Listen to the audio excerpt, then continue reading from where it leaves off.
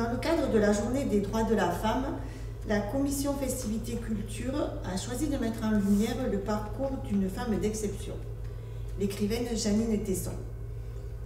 Née à Toulon en 1948, Jeannine a passé une partie de son enfance au Maroc et sa jeunesse en Côte d'Ivoire.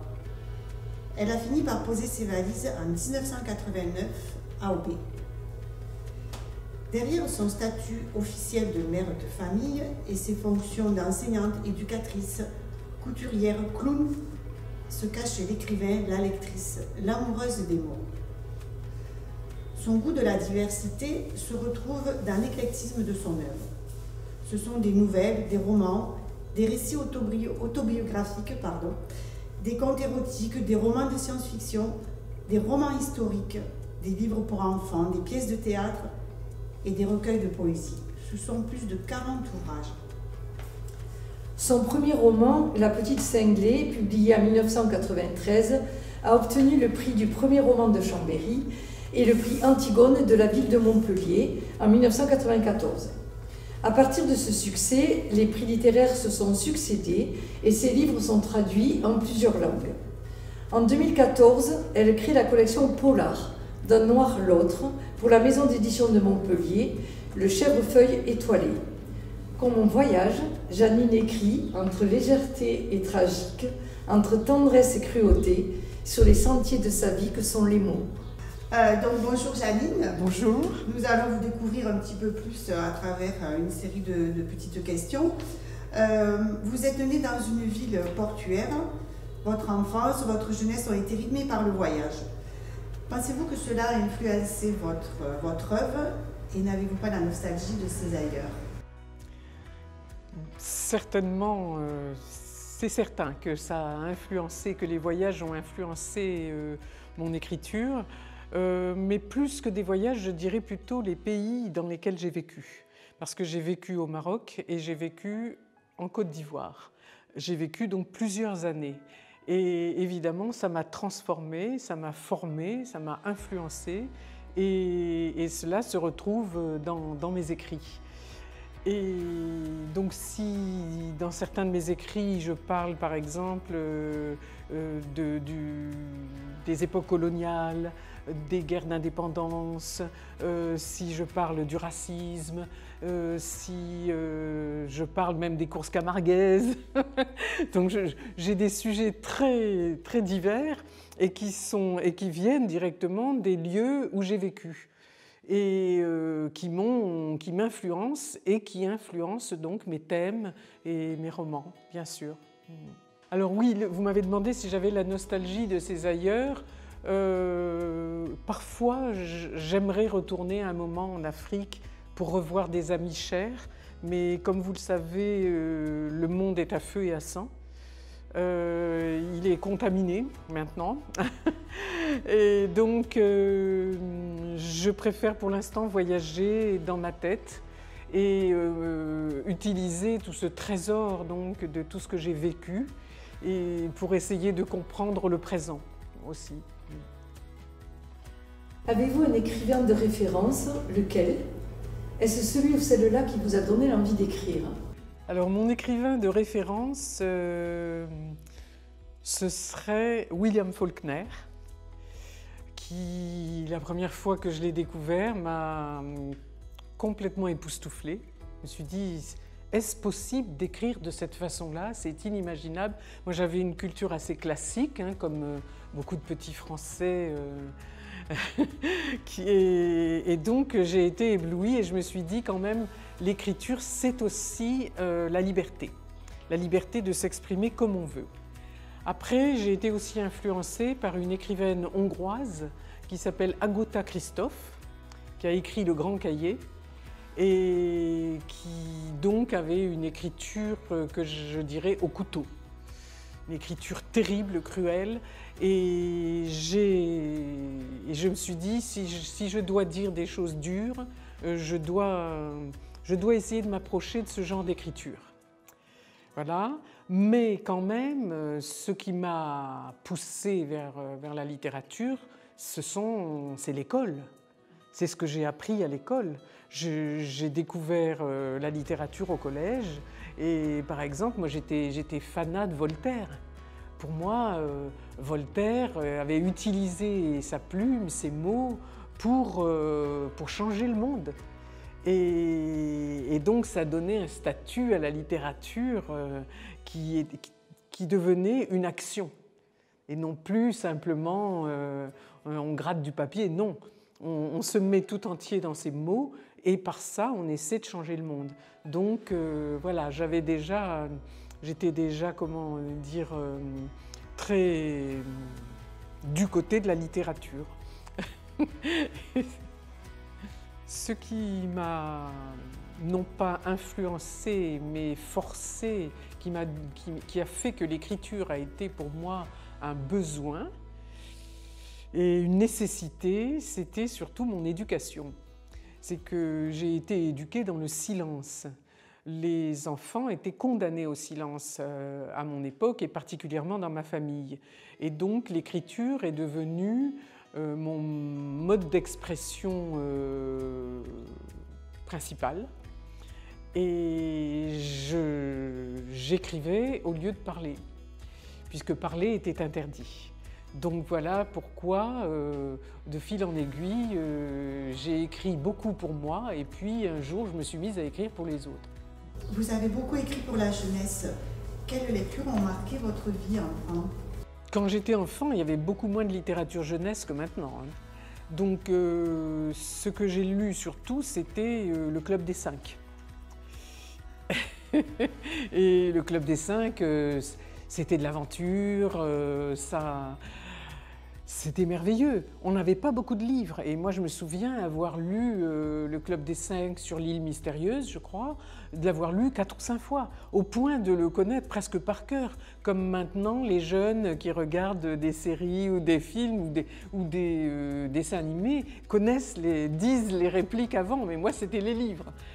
Et donc voilà, pour moi, la littérature, à une époque où il n'y avait pas de télévision et pas de tablette et tout ça, c'était une ouverture sur la vie. Et c'était un loisir créatif. C'est-à-dire que la littérature vous donne des mots et sur ces mots, vous créez des images, vous créez des rythmes, vous créez des voix, vous créez des personnages. Donc c'est un loisir créatif. On ne vous gave pas avec la littérature, on vous donne la liberté d'imaginer. Et ça nous ouvrait un monde qui était très étroit. Voilà, donc... alors, je ne sais pas, je ne me rappelle plus votre question. Quelle lecture a marqué votre vie enfant?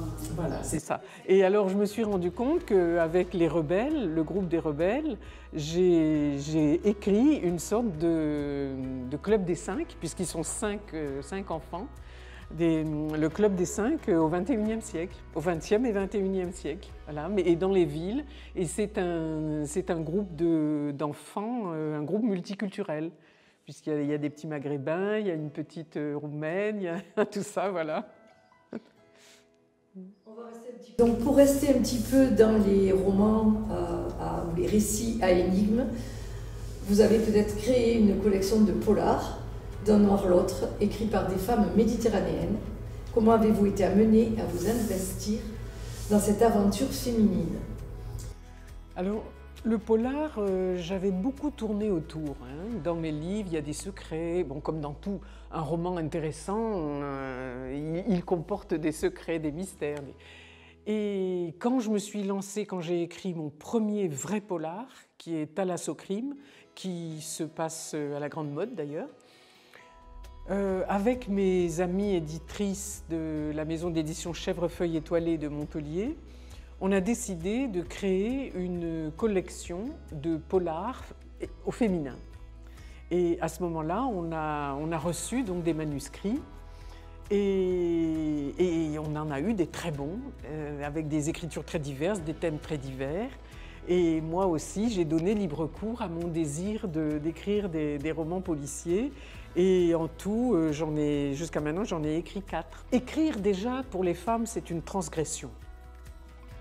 Parce que ça veut dire s'imposer dans un monde qui a longtemps été le domaine des hommes. Mais écrire des polars ou écrire de l'érotisme, alors là, c'est la transgression suprême.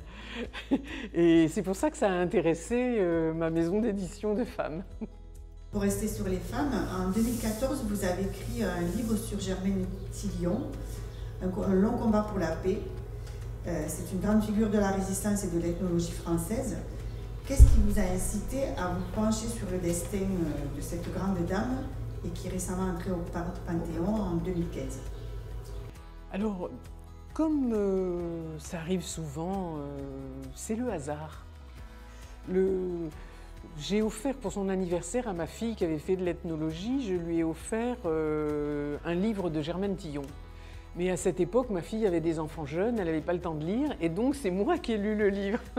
Et c'est à ce moment-là que j'ai découvert cette femme, cet esprit clair, cette femme, alors je me suis renseignée sur sa vie, cette femme qui avait été seule dans les Aurès dans les années 30, qui avait pris la tête du réseau du Musée de l'Homme quand les premiers dirigeants ont été fusillés, qui a survécu à Ravensbrück, qui a témoigné de ce que c'était que Ravensbrück, qui après a essayé de s'interposer pendant la guerre d'indépendance d'Algérie entre le gouvernement français et les combattants du FLN, qui a essayé de tisser des liens de paix, qui a combattu contre la peine de mort, qui a été terrible pendant la guerre d'Algérie et qui a continué après aussi, et qui a toute sa vie, elle a vécu 101 ans, et toute sa vie, elle a lutté pour l'éducation des femmes, donc contre les injustices, contre l'excision et contre la bêtise. Et donc, elle disait je ne connais qu'une race, la race humaine. Voilà. Vos thèmes de prédilection sont nombreux. Le respect des différences, l'enfance dans ses combats, le silence et la souffrance féminine, mais aussi l'amour, le plaisir, la vérité historique. Comment l'inspiration de vos romans s'invite-t-elle? Est-ce que le thème choisi est l'aboutissement d'un long projet ou bien le besoin urgent et soudain de prendre la plume? Alors ça dépend. Mais de toute façon, l'inspiration, c'est la vie. C'est la vie qui m'amène l'inspiration. C'est la vie qui m'entoure et ma vie intérieure. Et quand les deux se rencontrent, ça fait une étincelle et ça me donne un texte. Alors ce texte, ça peut être un roman, ça peut être une nouvelle, ça peut être un poème, une pièce de théâtre, un conte, un petit article. Voilà. Mais c'est cette rencontre-là entre la vie et moi. Et alors parfois, c'est le hasard, comme la première fois que j'ai rencontré un monsieur sourd. J'avais toujours vu j'avais vu des sourds, mais je n'avais jamais eu de conversation avec un sourd. Et là, après une conversation avec un sourd, grâce à une interprète, je me suis dit, j'écrirai un livre sur les sourds. Et j'ai écrit « Écoute mon cœur », qui est devenu un livre référence sur les sourds pour la jeunesse. Une autre fois, je pars en voyage pour aller voir mon fils qui était en Polynésie. Et dans l'avion, au retour, tout un livre s'est développé dans ma tête. Quand je suis descendue, je n'avais plus qu'à me mettre derrière mon bureau et à écrire « Taourama et le lagon bleu ». Parce que voilà, c'était le fruit d'une expérience. Alors parfois, c'est plus long. Parfois, ça mûrit pendant un temps. Alors, par exemple, pour le livre « Elles ont aimé un homme plus jeune », c'est très bizarre parce que j'ai commencé à écrire ce livre alors que Monsieur et Madame Macron étaient totalement inconnus. Et pour moi, c'était un sujet intéressant, surtout quand je me suis rendu compte que les grandes femmes de l'histoire, pas mal de ces grandes femmes avaient eu un compagnon plus jeune. Et je me suis donc posé des questions. Donc, il y a 20 biographies de femmes qui ont vécu, qui ont aimé, qui ont épousé un homme plus jeune, ou plusieurs.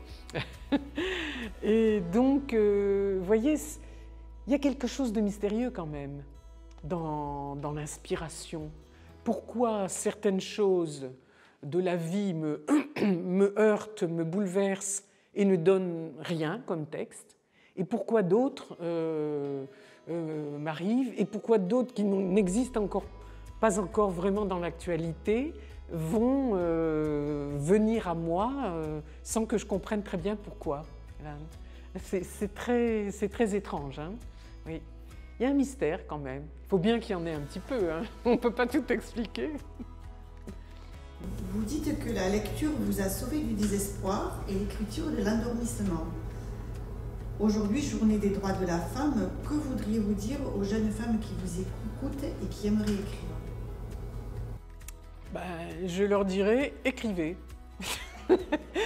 Première chose, écrivez. De toute façon, l'écriture, pour moi, même si on ne devient pas une écrivaine, c'est un face-à-face avec soi-même, c'est une discipline, c'est un moment où on est au calme et dans l'intériorité, et donc ça ne peut pas faire de mal. Donc, si vous avez envie d'écrire, écrivez. Alors, comme l'écriture va vous apporter beaucoup, au plan personnel et sur tous les plans, elle va vous ouvrir des portes sur vous-même et sur le monde. Vous pouvez devenir une écrivaine ou ne pas devenir une écrivaine. Et là, je parle pour les filles, mais pour les garçons aussi, hein, c'est pareil.